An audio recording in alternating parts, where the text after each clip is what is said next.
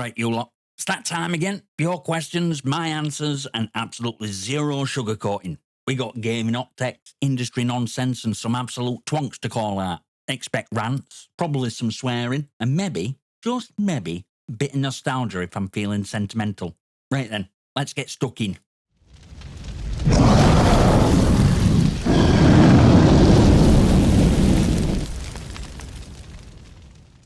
Alright, today's first question comes from my mate Tonyist, and it's a belter.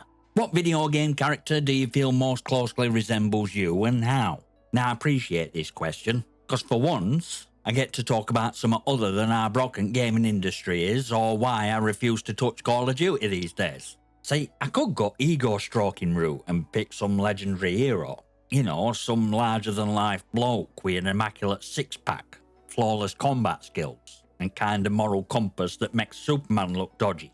But let's be real, that's not me, is it? Nah, I need someone grumpier, more world-weary, someone who's been around block, seen it all, and has absolutely had enough for everyone's shite. And after 2 minutes of deep contemplation and a strong cup of tea, I landed on this legend. Roy Campbell from Metal Gear Solid. This bloke, absolute unit. A man who spent far too much time dealing with idiots and is now tired beyond belief. Just look at him. You can see regret in his face. And it's no wonder he spends his life stuck on other end at codec call, explaining basic things to some bloke who, despite being world's top operative, still don't know how ladder works. That's me. That's my entire existence. Except instead of tactical espionage, I'm dealing with people who think patching a game is like flipping a light switch. Or that game devs just sit around pressing a big red fix everything button.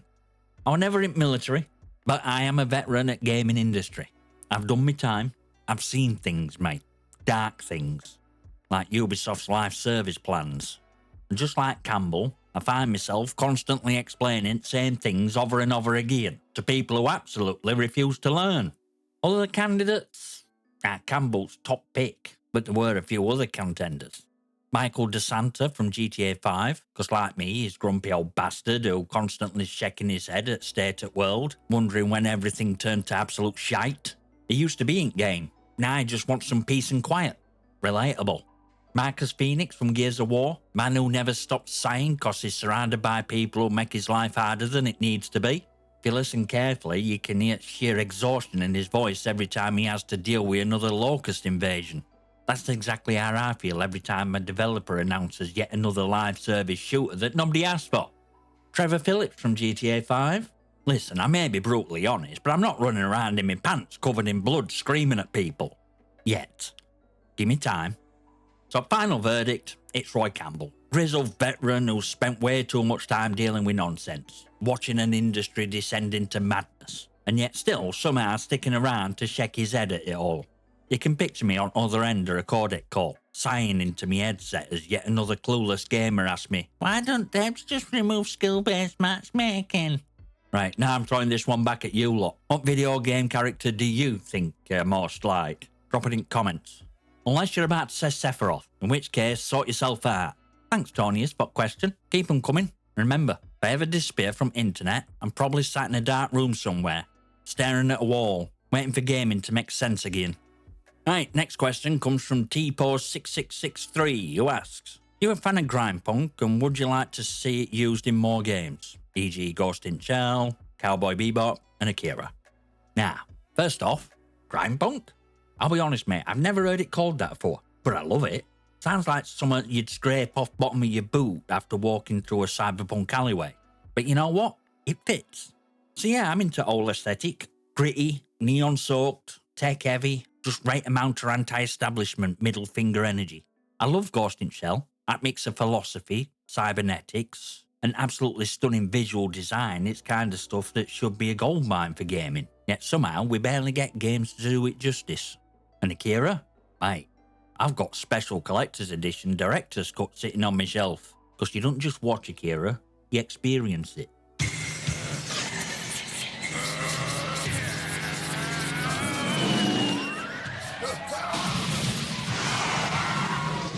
That scene alone should be mandatory in every cyberpunk-style game from now until end of time. If your game doesn't have a proper neon-lit bike slide, you've failed. Simple as. But one I want to see make a comeback? Appleseed. Now here's where we need to have a word, because YL and Appleseed been given a proper modern gaming treatment. For those who don't know, Appleseed is one of Masamune Shirow's other legendary works, same guy behind Ghost in Shell. And while it's got that cyberpunk DNA, it's got slightly different flavour. Less dystopian, more utopian on surface, but secretly fucked up. A mix of gritty street-level action and full-on mech warfare. Badass cybernetic special ops team dealing with political and technological intrigue. Basically, it's right for a game adaptation. Imagine a mix of Deus Ex's world building, Titanfall's mech movement, Ghost in Shell's tactical espionage, and some of that high-energy, high-tech combat from Vanquish. Tell me that wouldn't be an absolute banger. Why ain't it happened yet? Seriously. We're drowning in battle royales and half-baked live service bollocks, but nobody wants to greenlight an Appleseed game. Meanwhile, I'm sat here watching yet another Ubisoft AAA open-world checklist simulator roll off production line like a stale loaf of bread. Sort it out, gaming industry. Would Grime-Punk work in more games? Absolutely. We need more of this aesthetic. More games that aren't afraid to mix futuristic tech with grime, punk, and social chaos. Cyberpunk 2077 got close to nailing it, but imagine something with tighter focus.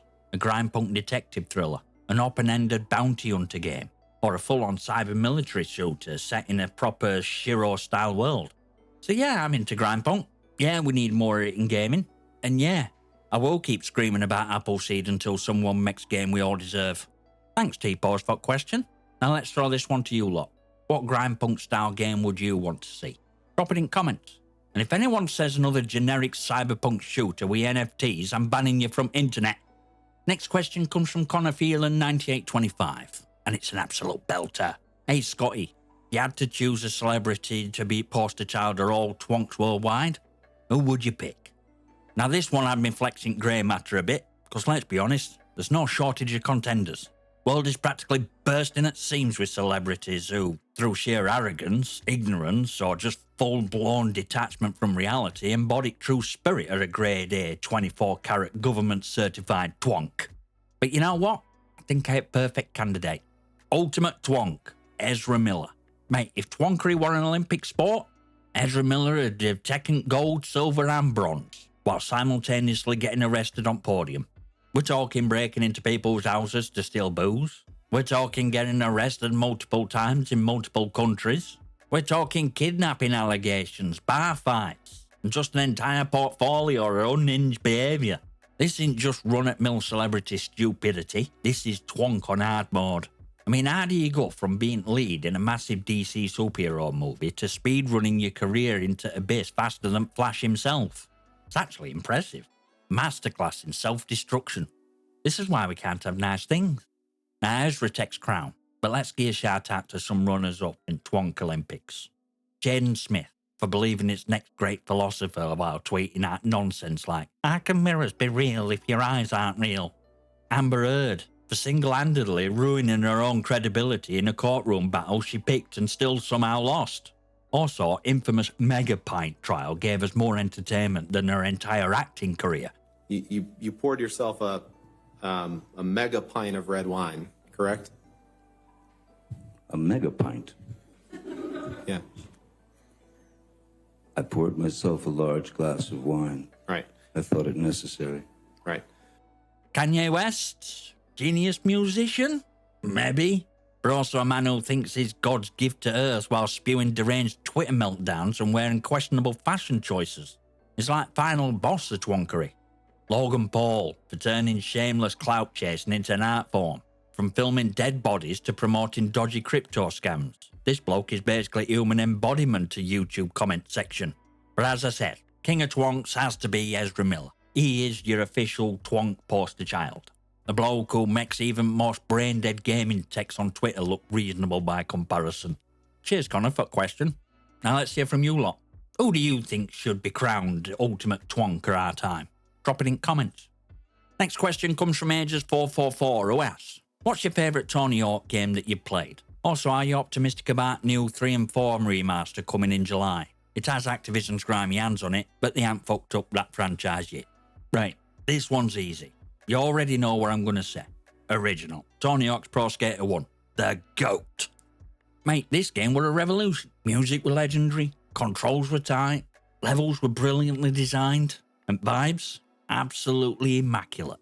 Back in day, it was the skateboarding game. They were not like it, and every single one of us sank hours into that warehouse level, desperately trying to nail that perfect combo before timer run out. Moment you heard Superman start playing, you knew you were in for a good time. As for upcoming Tony Hawk's Pro Skater 3 and 4 remaster, I'm 50-50. On one hand, Tony Hawk's Pro Skater 1 and 2 remaster were brilliant.